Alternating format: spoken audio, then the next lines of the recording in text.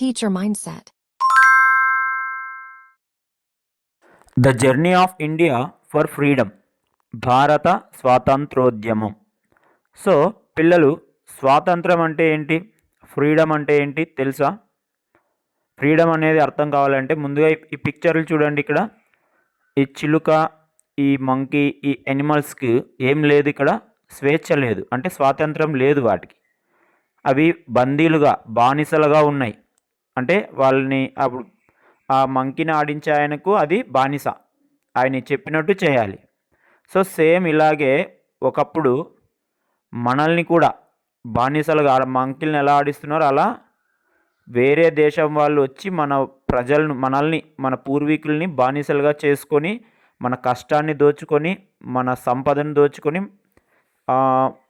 బానిసలుగా చేసి మన పరిపాలన చేశారనమాట.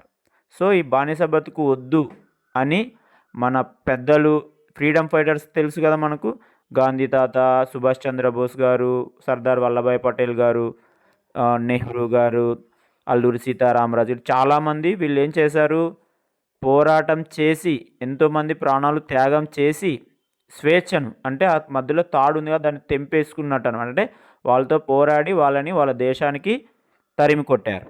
సో ఆ జర్నీ ఎలా జరిగింది, అసలు వాళ్ళకి ఎలా బానిసలు అయ్యాము, తర్వాత మన వాళ్ళు ఆ బానిసత్వం నుంచి ఎలా విముక్తి పొందారు, ఎలా స్వేచ్ఛను పొందారు, ఎలా స్వాతంత్రం పొందారు, ఎన్ని రోజులు పోరాటం చేశారు, ఎప్పుడు స్వాతంత్రం వచ్చింది, ఇలాంటి విషయాలన్నీ ఈ పాఠంలో మనం క్లియర్గా తెలుసుకుందాం. సో స్వాతంత్రంగా బ్రతకడం అనేది ప్రతి మనిషి యొక్క హక్కు అన్నమాట, ప్రతి జీవి యొక్క హక్కు, దేన్ని మనం బంధించకూడదు. కాబట్టి స్వాతంత్రానికి అంత ఇంపార్టెన్స్ ఉంది. ఎవరైనా కానీ స్వతంత్రంగా బ్రతికే హక్కు ప్రపంచంలో ఎవరికైనా ఉంటుంది. మనల్ని ఎవరు బానిసలుగా చూడాల్సిన అవసరం లేదు. మనం స్వేచ్ఛగా బతకవచ్చు, మనకు నచ్చిన చోట నచ్చినట్టుగా బ్రతకవచ్చు. అది. సో ఇప్పుడు మనం ఈ లెసన్ గురించి, మన జర్నీ ఎలా జరిగింది, అంటే స్వాతంత్ర ఉద్యమం ఎలా జరిగింది అనేది తెలుసుకుందాం. సో ఇప్పుడు లెసన్ చూద్దాం. Raju was returning home happily after the flag hoisting ceremony celebrated at the school on 15th August. Then the small flag in his hand spoke to him. So Raju ఏం చేశాడు, ఆగస్టు 15న వాళ్ళ స్కూల్లో జెండా ఎగరవేశారు కదా. సో పతాకావిష్కరణ చేశారు, అంటే జెండా ఎగరవేశారు. ఎగరవేసినాక ఆ సెలబ్రేషన్ అయిపోయినాక ఇంటికి వస్తున్నప్పుడు తన చేతిలో చిన్న జెండా పట్టుకొని వస్తున్నాడు అనమాట. సో అప్పుడు ఆ జెండా అతనితో మాట్లాడింది. ఎవరితో? రాజుతో మాట్లాడింది. Do you know who I am, నేను నీకు తెలుసా నేనెవరు అని అడిగింది అనమాట రాజుని. అప్పుడు రాజు సర్ప్రైజ్ అయ్యాడు, షాక్ అయ్యాడు, ఆశ్చర్యంతో అప్పుడు అన్నాడు, yes you are the national flag. అవును, నువ్వు నాకు తెలుసు, నువ్వు జాతీయ పతాకానివి, అంటే జాతీయ జెండావి కదా నువ్వు అని అడిగాడు అనమాట. Do you know why we are celebrating today, అప్పుడు నీకు తెలుసా ఈరోజు మనం ఎందుకు సెలబ్రేట్ చేసుకుంటున్నాం, సంబరాలు ఎందుకు చేసుకుంటున్నాం, ఎందుకు జెండా ఎగరవేశారు. అప్పుడు రాజు ఏమంటాడు, today is our independence day. So ఈరోజు మా భారతదేశం యొక్క స్వాతంత్ర దినోత్సవం కాబట్టి మేము సెలబ్రేట్ చేసుకుంటున్నామని చెప్పాడు Raju. Yes you are correct, our country became independent from the British rule on 15th August 1947. అప్పుడు ఏం చెప్పింది ఈ పతాకము, 3 రంగుల జెండా ఏం చెప్పింది రాజుతో, అవును నిజమే, మన దేశం బ్రిటిష్ వాళ్ళ నుండి 1947 ఆగస్టు 15వ తేదీన స్వాతంత్రం సాధించింది. అందుకు గుర్తుగా ప్రతి సంవత్సరము ఏం చేస్తున్నాము, ఆగస్టు 15న మనము ఈ జెండా ఆవిష్కరణ చేస్తున్నామని చెప్పిందనమాట. అప్పుడు I will tell you the journey of India for freedom. అప్పుడు పతాకం చెప్తుంది, అప్పటి నుంచి ఉంది కదా జెండా మన వాళ్ళ చేతుల్లో, కాబట్టి ఆ పతాకము మన రాజుకి చెప్తుందనమాట. ఈ ప్రయాణం ఎలా సాగింది, స్వాతంత్రం వచ్చే వరకు మన వాళ్ళు ఎలా పోరాడారు, ఎంతమంది త్యాగం చేశారు అనే విషయము నీకు అన్నీ వివరిస్తా అని పతాకం చెప్పింది. అప్పుడు రాజు సరే అంటాడు అనమాట. ఇప్పుడు చూద్దాం ఏం జరిగింది, ఎలా జరిగింది అనేది చూద్దాం. So Indian freedom struggle. So భారత స్వాతంత్ర పోరాటం, ఫ్రీడమ్ అంటే ఏంటి, స్వాతంత్రం కదా. సో స్వాతంత్ర పోరాటం ఎలా జరిగిందో చూద్దాం. India has a glorious past. Great Indian kings and emperors like Chandragupta, Ashoka, Samudragupta, Akbar, Shah Jahan etcetera made this country great. So మనకు భారతదేశం చాలా గొప్పదన్నమాట, అప్పటి నుంచే గొప్పది. ఎందుకంటే మన దేశాన్ని అప్పట్లోనే పెద్ద పెద్ద రాజులు చక్రవర్తులు అయినటువంటి చంద్రగుప్త, అశోకుడు, అలాగే సముద్రగుప్తుడు, అక్బరు, షాజహాన్ లాంటి గొప్ప గొప్ప రాజులు మన దేశాన్ని పరిపాలించి బాగా అభివృద్ధి చేశారనమాట. అప్పటి నుంచే మన దేశం చాలా గొప్పది. So they built beautiful forts, monuments and temples and established great educational institutions like Nalanda and Takshashila.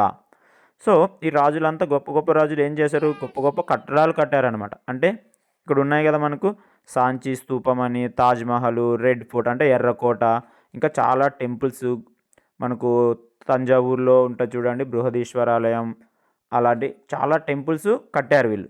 అలాగే పెద్ద పెద్ద ఇన్స్టిట్యూషన్స్ అంటే చదువుకోవడానికి నలంద, తక్షశిల అనే యూనివర్సిటీలు అంటారన్నమాట వీటిని. అప్పట్లోనే యూనివర్సిటీలు పెద్ద పెద్ద ప్రపంచంలోనే గొప్ప గొప్ప యూనివర్సిటీలు అనమాట. సో ఇలాంటివన్నీ వాళ్ళు అప్పట్లోనే కొన్ని వేల సంవత్సరాల కిందనే కట్టారనమాట. Our country excelled in many years during different periods of history in the fields of mathematics, medicine, science, surgery, metallurgy, art, literature etcetera. So అప్పటి నుంచే మన దేశము గణిత శాస్త్రము, వైద్య శాస్త్రము, విజ్ఞాన శాస్త్రము, శస్త్రచికిత్సలు అంటే సర్జరీస్, లోహశాస్త్రము, కళలు, సాహిత్యం మొదలగు అన్ని రంగాల్లోనూ అప్పటి నుంచే చాలా గొప్ప దేశంగా ఉండిందన్నమాట. అంత గొప్ప దేశాన్ని వీళ్ళు ఎవరు, ఈ యూరప్ వాళ్ళు అంటే బ్రిటిష్ వాళ్ళు మెయిన్గా వాళ్ళు వ్యాపారం కోసం వచ్చారంట. దేనికోసం వచ్చారు మన దేశానికి, వ్యాపారం కోసం. అంటే వ్యాపారం పెంచుకోవడం కోసం, విస్తరణ కోసం. అంటే ఎక్కువ ఇండియా పెద్ద దేశం కదా, అక్కడ వ్యాపారం చేస్తే ఎక్కువ డబ్బులు సంపాదించుకోవచ్చు అని వాళ్ళు మన భారతదేశంలోకి ప్రవేశించారు. In the later periods the invasions of Europeans made India week and turned India into a colonial rule. తర్వాత కాలంలో ఏమైంది, చాలామంది యూరోపియన్స్ అంటే ఈ బ్రిటిష్ వాళ్ళు, పోర్చుగీస్ వాళ్ళు, జర్మనీ, ఫ్రాన్స్ అక్కడ అంతా యూరప్ దేశాలు అంటారనమాట. అక్కడ నుంచి వీళ్ళు మన దేశంలోకి రావడం మొదలైంది వ్యాపారం కోసం. తర్వాత ఏమైంది, మెల్లగా వాళ్ళు మన దేశాన్ని ఆక్రమించుకొని వాళ్ళ పాలన కిందకి తెచ్చుకున్నారు. మన వాళ్ళని బానిసలుగా చేసుకోవడం జరిగింది. అది పెద్ద ప్రాసెస్, ఒక రోజులో జరిగింది కాదు అది. వాళ్ళు ఎక్కువ మంది రావడం వల్ల, వాళ్ళ తెలివితేటలు, మన రాజుల్లో ఐక్యత లేకపోవడం వల్ల ఏమైంది, మన దేశం వాళ్ళకు బానిస అయిపోయింది. సో హిస్టారికల్ మోనుమెంట్స్ అంటే చారిత్రక కట్టడాలు. సో అప్పుడు మన రాజులు చెప్పాం కదా ఇందాక, చంద్రగుప్తుడు, అశోకుడు, సముద్రగుప్తుడు, అక్బరు, షాజహాన్ ఇలాంటి ఎంతో గొప్ప గొప్ప రాజులు చాలా కట్టడాలు కట్టారు. అవి కోటలు కావచ్చు, లేదా సమాధులు కావచ్చు, లేదా టెంపుల్స్, గుడులు కావచ్చు, చాలా కట్టారు వాళ్ళు. సో అందులో కొన్ని చూద్దాం ఇక్కడ. A monument is a statue or a building that is built to honour a special person or event. అంటే ఈ మోనుమెంట్స్ అంటే ఏంటివి, చారిత్రక కట్టడాలు ఎందుకు కడతారు, ఒక వ్యక్తి లేదా ఒక సందర్భానికి గౌరవ సూచకంగా.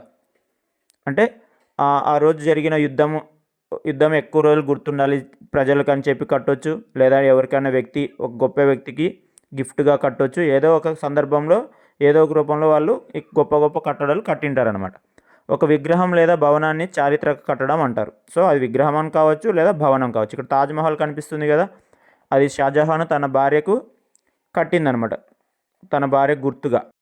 అలా చాలా కట్టడాలు కట్టారు. ఇగో ఈ రెడ్ ఫోర్ట్ అంటే ఎర్రకోట, సాంచీ స్తూపము, హంపి దేవాలయము, బృహదీశ్వరాలయము, ఇవన్నీ మన పూర్వకాలపు రాజులు కట్టిన గొప్ప గొప్ప కట్టడాలు అనమాట. వాటినే మోనుమెంట్స్ అంటాం మనం.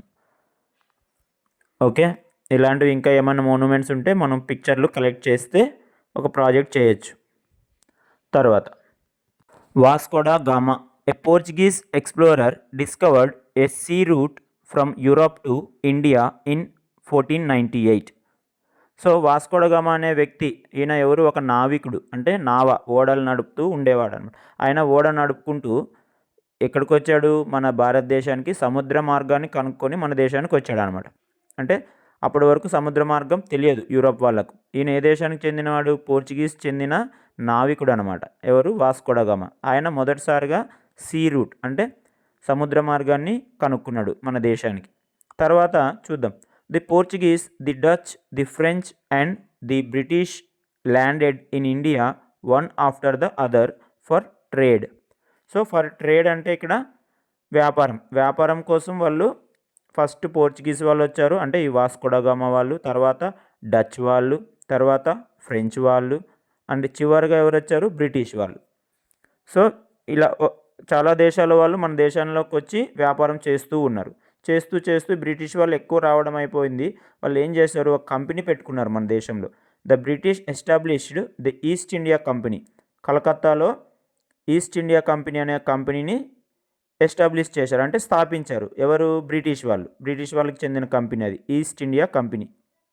They conquered the Indian kingdom and began their rule in our country from 1757.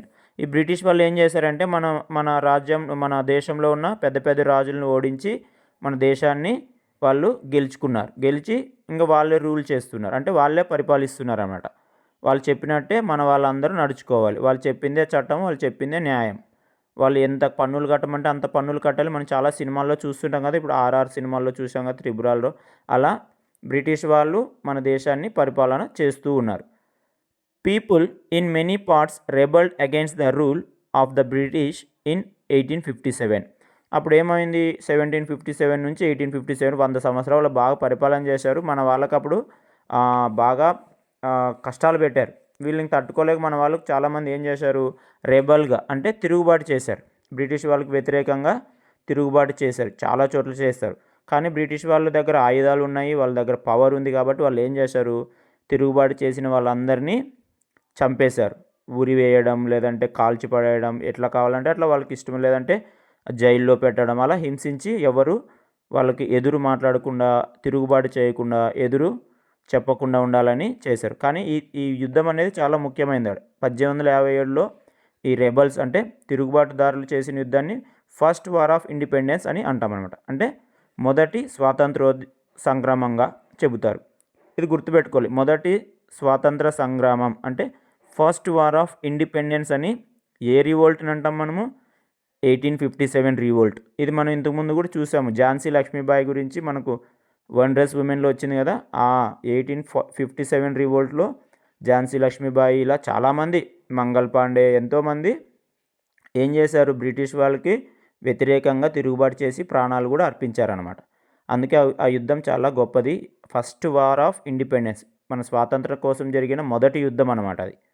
In the year 1885 the Indian National Congress was formed. So 1885లో ఇండియన్ నేషనల్ కాంగ్రెస్ ఐఎన్సి అనేది ఫామ్ అయింది. అంటే ఒక ఇది ఏమంటామంటే సంస్థ లేదా ఒక పార్టీ లాగా. ఇప్పుడైతే కాంగ్రెస్ ఉంది కదా పార్టీ, అప్పుడు ఒక సంస్థలాగా, ఒక గ్రూప్ లాగా, ఒక ఆర్గనైజేషన్ లాగా ఫామ్ అయిందనమాట. ఎప్పుడు, 1885లో. సో ఎప్పుడు ఫామ్ అయింది ఇండియన్ నేషనల్ కాంగ్రెస్, 1885. ఎందుకోసం అనేది కూడా ఇంపార్టెంట్. ఎందుకోసం అంటే బ్రిటిష్ రూల్కి వ్యతిరేకంగా పోరాటం చేయడం కోసము, అందరినీ గ్రూప్గా ఏర్పరచడం కోసము, హక్కుల కోసం పోరాడడం కోసం ఇది ఫామ్ అయిందనమాట. ఎప్పుడు, 1885. So it fought against the British rule, అంటే బ్రిటిష్ వాళ్ళ పరిపాలనకు వ్యతిరేకంగా ఫైట్ చేసింది ఎవరంటే ఈ ఇండియన్ నేషనల్ కాంగ్రెస్ అనే సంస్థ అనమాట. Next page. Mahatma Gandhi joined the freedom movement in 1919. So మన మహాత్మా గాంధీ గారు ఎప్పుడు జాయిన్ అయ్యారు ఈ స్వాతంత్రోద్యమంలో, ఎప్పుడు మొదటిసారిగా పాల్గొన్నాడు, 1919వ సంవత్సరంలో. He became the leader of the Indian National Congress. So ఈ ఇండియన్ నేషనల్ కాంగ్రెస్ ఫామ్ అయింది కదా 1885లో, దానికి లీడర్ అయ్యాడనమాట. ఎవరు, మన మహాత్మా గాంధీ గారు. He started the non cooperation movement and the salt satyagraha movement. So ఈయన ఈ నాన్ కోఆపరేషన్ అంటే సహాయ నిరాకరణోద్యమం, ఉప్పు సత్యాగ్రహం చేపట్టారు.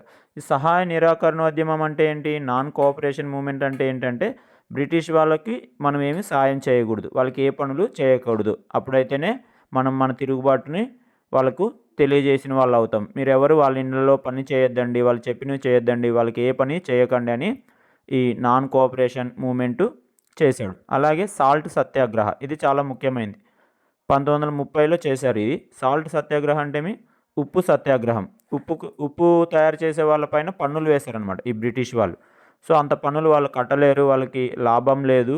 ఈ ఉప్పు పైన పన్నులు వేయడాన్ని మీరు ఆపేయాలి అని చెప్పి మన గాంధీ గారు ఈ ఉప్పు సత్యాగ్రహం మూవ్‌మెంట్ చేశారనమాట. అది చాలా ఫేమస్.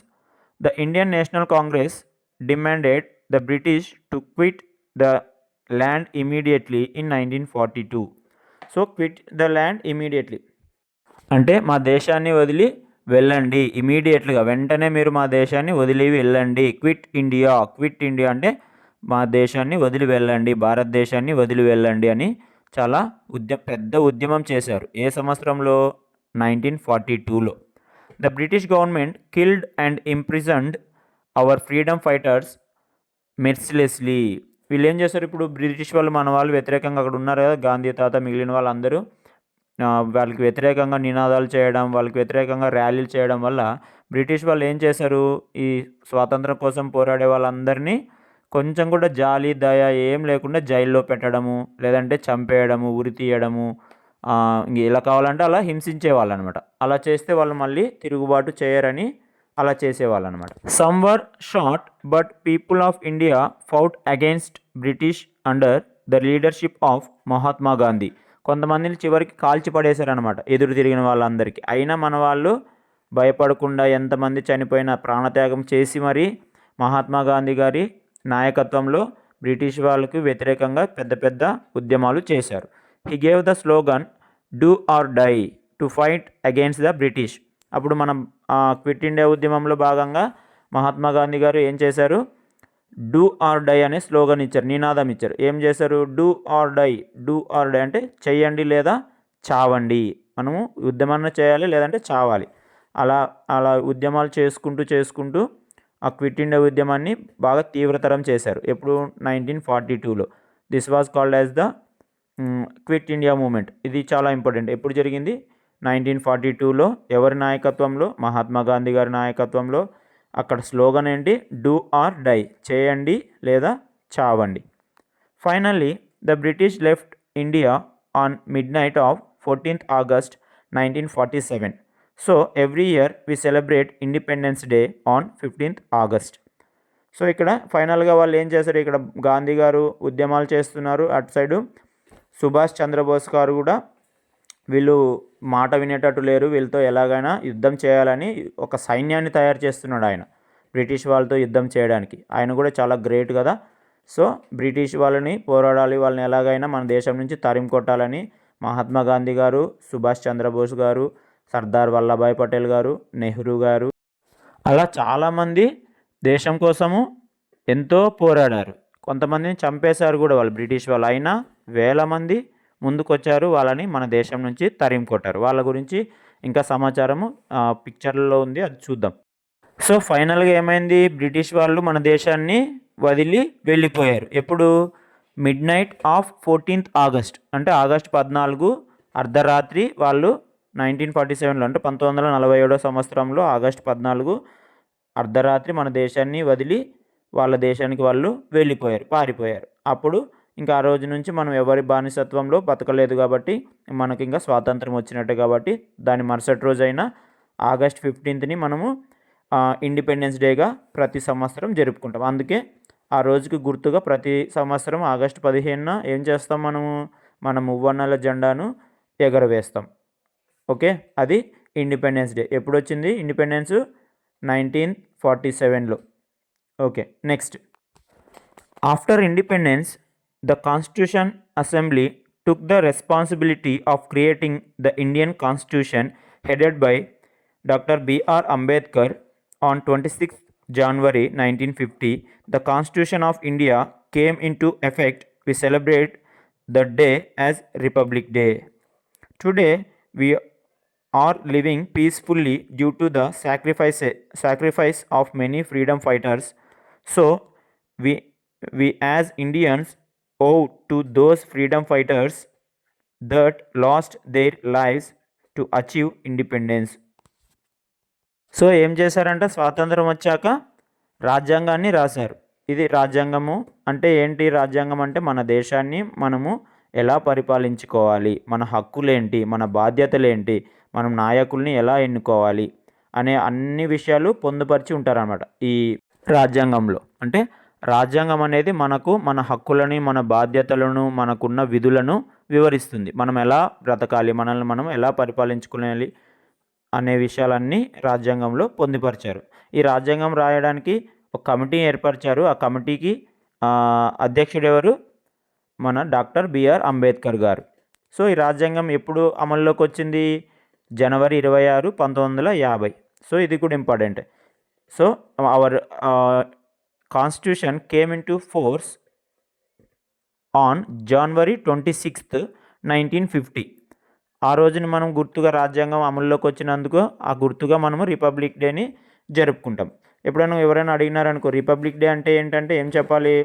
అదొక గుర్తుగా మనం చేసుకుంటున్నాం. ఎందుకు? రాజ్యాంగం అమల్లోకి వచ్చినందుకు గుర్తుగా ప్రతి సంవత్సరం అదే రోజు జనవరి 26న మన రాజ్యాంగం, భారత రాజ్యాంగం, ప్రపంచంలోనే అతిపెద్ద లిఖితపూర్వక రాజ్యాంగమైన భారత రాజ్యాంగం అమల్లోకి వచ్చింది. ఎప్పుడు? 1950 జనవరి 26న. అందుకే 26 జనవరిని మనము గణతంత్ర దినోత్సవంగా జరుపుకుంటున్నామని చెప్పాలి. అదే ఇండిపెండెన్స్ డే అంటే ఏమి? అది దేనికి గుర్తుగా చేసుకుంటాము? స్వాతంత్రం వచ్చి. సో స్వాతంత్రం వచ్చినందుకు ఇండిపెండెన్స్ డే, రాజ్యాంగం అమల్లో వచ్చిన 26వ తేదీని రిపబ్లిక్ డేగా జరుపుకుంటాం. ఇవి రెండు గుర్తుపెట్టుకోవాలి. నెక్స్ట్ ఈ కాన్స్టిట్యూషన్ ఉండడం వల్ల, అంటే రాజ్యాంగం ఉండడం వల్ల మనము స్వేచ్ఛగా బ్రతుకుతున్నాం, మనకు నచ్చినట్టుగా బ్రతుకుతున్నాం. దీనికి అంతటి కారణం ఎవరు? మనకు ఈ స్వాతంత్రాన్ని తెచ్చిపెట్టిన మన ఫ్రీడమ్ ఫైటర్స్, అంటే స్వాతంత్ర సమరయోధులు. వాళ్ళ గురించి కూడా తెలుసుకుందాం కొద్దిగా. Okay, next freedom movement time line. అంటే మన స్వాతంత్రోద్యమం ఏ టైంలో ఎలా జరిగింది, అసలు ఫస్ట్ నుంచి ఏం జరిగింది అనేది మనం గుర్తుపెట్టుకోవాలి. లైన్గా ఇయర్ వైజ్గా గుర్తుపెట్టుకుంటే మనకు బాగా గుర్తుంటుంది. ఎగ్జామ్లో అడుగుతారు ఏది ముందు జరిగింది, ఏది తర్వాత జరిగింది అని. ఫస్ట్ 1498లో, అంటే 1498 సంవత్సరంలో Europeans discovered sea route to India. So సముద్ర మార్గాన్ని యూరోపియన్స్ ఎప్పుడు డిస్కవర్ చేశారు, ఎప్పుడు కనుగొన్నారు? 1498లో. తర్వాత ఏం జరిగింది? 1757లో the Britishers established East India Company in India. So మన భారతదేశంలో బ్రిటిష్ వాళ్ళు ఈస్ట్ ఇండియా కంపెనీని మొదలుపెట్టి అలాగే స్థాపించి దాని తర్వాత వాళ్ళు ఏం చేస్తారు? మన రాజ్యాన్ని ఆక్రమించుకోవడం జరిగింది. తర్వాత 1857 1857లో people's revolt against British rule. అంటే బ్రిటిష్ పాలనకు వ్యతిరేకంగా ప్రజలు తిరుగుబాటు చేసిన సంవత్సరం అనమాట. అది చాలా ఇంపార్టెంట్. దాన్నే మనం ఏమంటాం? ఈ 1857 రివోల్ట్ని ఏమంటాం మనము?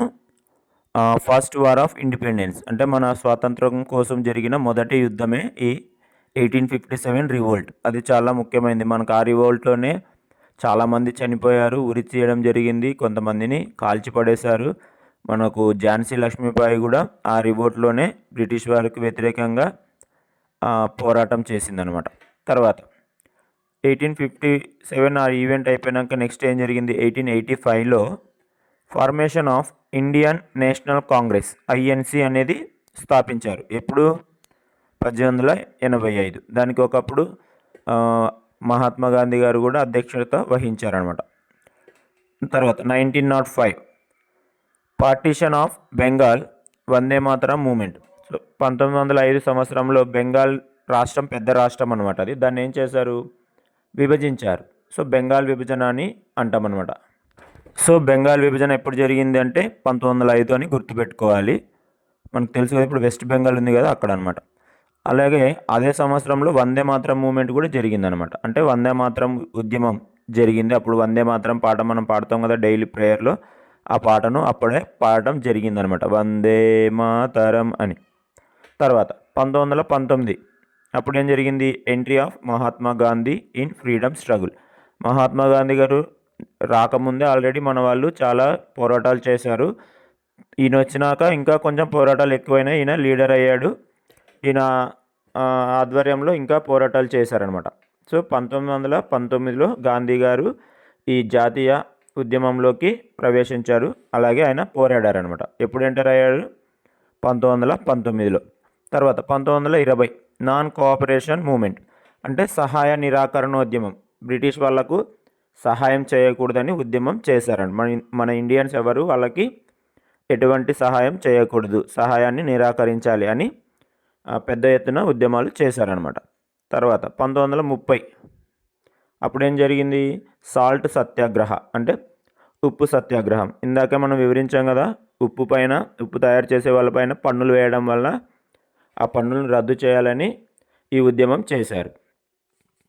తరువాత 1942లో క్విట్ ఇండియా అనే ఉద్యమం చేశారు. సో క్విట్ ఇండియా అంటే అర్థం ఏంటి?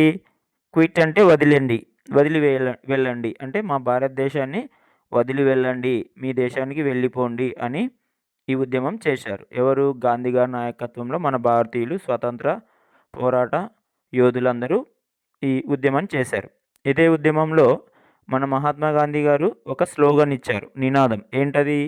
డూ ఆర్ డై అంటే చేయండి లేదా చావండి అని ఉద్యమం చేశారు. సో ఈ ఉద్యమంలో భాగంగా బ్రిటిష్ వాళ్ళు ఏం చేశారు? వాళ్ళ దేశానికి వాళ్ళు వెళ్ళిపోవడం జరిగింది. తర్వాత చాలా ఉద్యమాలు చేశారు. చివరిగా 1947 ఆగస్ట్ 14 మిడ్ నైట్ వాళ్ళ దేశానికి వెళ్ళిపోవడం జరిగింది. సో 1947 ఆగస్టు 15 అంటే 15న మనకు స్వాతంత్రం వచ్చింది. అందుకే మనం ఆ రోజు స్వాతంత్ర దినోత్సవం అంటే ఇండిపెండెన్స్ డే జరుపుకుంటాం. Famous freedom fighters from Andhra Pradesh. So స్వాతంత్రం కోసం గాంధీ, నెహ్రూ, సుభాష్ చంద్రబోస్, సర్దార్ వల్లభాయ్ పటేల్ వీళ్ళతో పాటు వాళ్ళందరూ మన రాష్ట్రానికి చెందిన వాళ్ళు కాదు. గుజరాత్, ఢిల్లీ అక్కడ ఆ రాష్ట్రాలకు చెందిన వాళ్ళు. మన రాష్ట్రం నుంచి కూడా స్వాతంత్రం కోసం చాలామంది పోరాడారు. చాలామంది తమ ప్రాణాలను త్యాగం చేశారు. అందులో కొంతమంది గురించి ఇక్కడ ఇచ్చారు. కాకపోతే వీళ్ళు 8 మందే కాదు, చాలామంది పోరాడారు అనేది గుర్తుపెట్టుకోవాలి మనం. అందరి ఫోటోలు ఇక్కడ వేయలేం కాబట్టి ఈ 8 మంది వాళ్ళలో కొంత ముఖ్యమైన వాళ్ళు అనమాట. సో మొదటి వాళ్ళు ఎవరు? అల్లూరి సీతారామరాజు గారు. తర్వాత దుగ్గిరాల గోపాలకృష్ణయ్య గారు. ఈ పిక్చర్లు గుర్తుపెట్టుకోవాలి, ఫోటోలు. ఆ ఫోటో ఇచ్చి ఈయన పేరు గుర్తుపట్టండి లేదా మ్యాచ్ ద ఫాలోయింగ్ చేయండి అని అడుగుతాడు. తర్వాత ఈమె ఎవరు? దువ్వూరి సుబ్బమ్మ. సో లేడీస్ కూడా, ఆడవాళ్ళు కూడా ప్రాణాలను సైతం లెక్క చేయకుండా స్వాతంత్రం కోసం పోరాడారు. సో నెక్స్ట్ ఎవరు? గాడిచర్ల హరిసర్వోత్తమ రావు. తర్వాత కొండ వెంకటప్పయ్య. నెక్స్ట్ పొనక కనకమ్మ, ఈమె కూడా మహిళ చూడండి. నెక్స్ట్ శ్రీ పొట్టి శ్రీరాములు, ఈయన పేరు మీద ఒక జిల్లా ఉంది కదా, ఎస్పీఎస్ నెల్లూరు. పొట్టి శ్రీరాములు నెల్లూరు జిల్లా అనమాట అది. తర్వాత టంగుటూరి ప్రకాశం పంతులు, ఈయన పేరు మీద కూడా ఒక జిల్లా ఉంది, ప్రకాశం జిల్లా ఉంది కదా, ఆయన ఆ పేరు ఈయన గుర్తుగా పెట్టారనమాట. సో వీళ్ళందరూ మన రాష్ట్రం నుంచి ముఖ్యమైన వాళ్ళు. సో ఫ్రీడమ్ ఫైటర్స్ ఉన్నారు ఇక్కడ చూడండి. ముఖ్యమైన వాళ్ళు వీళ్ళు: భగత్ సింగ్ గారు, లాల్ బహదూర్ శాస్త్రి గారు, బాలగంగాధర్ తిలక్ గారు, రాణి లక్ష్మీబాయి గారు, సుభాష్ చంద్రబోస్ గారు, జవహర్లాల్ నెహ్రూ గారు, బిఆర్ అంబేద్కర్ గారు, సర్దార్ వల్లభాయ్ పటేల్ గారు, అలాగే ఆల్రెడీ మనకు తెలిసిన వాళ్ళు ఎవరెవరు? గాంధీ గారు, ఇంకా మన తెలుగు వాళ్ళు కూడా ఇందాక చూసాం కదా, అల్లూరి సీతారామరాజు గారు, దుగ్గిరాల గోపాలకృష్ణ, వీళ్ళంతా స్వాతంత్రం కోసం తమ ప్రాణాలను అర్పించిన వారు. వీరితో పాటు చాలామంది కూడా ప్రాణాలను అర్పించారు, దేశం కోసం పోరాడారు, నినాదాలు చేశారు, ఎన్నో త్యాగాలు చేశారు. అందరి పేర్లు ఇక్కడ లేవు, కాకపోతే చాలామంది పోరాడారు. సో మనం కూడా ఏదైనా యూనిటీగా కలిసి చేస్తే విజయం సాధిస్తామన్నమాట. ఒక్కరే వెళ్తే విజయం సాధించలేం. అందుకే ఐక్యమత్యంగా ఉండాలి, దేశం కోసము ఏ పనైనా చేయడానికి సిద్ధంగా ఉండాలి. సో అందరూ దేశాన్ని ప్రేమించాలి. జై హింద్, వందే మాతరం. Teacher mindset.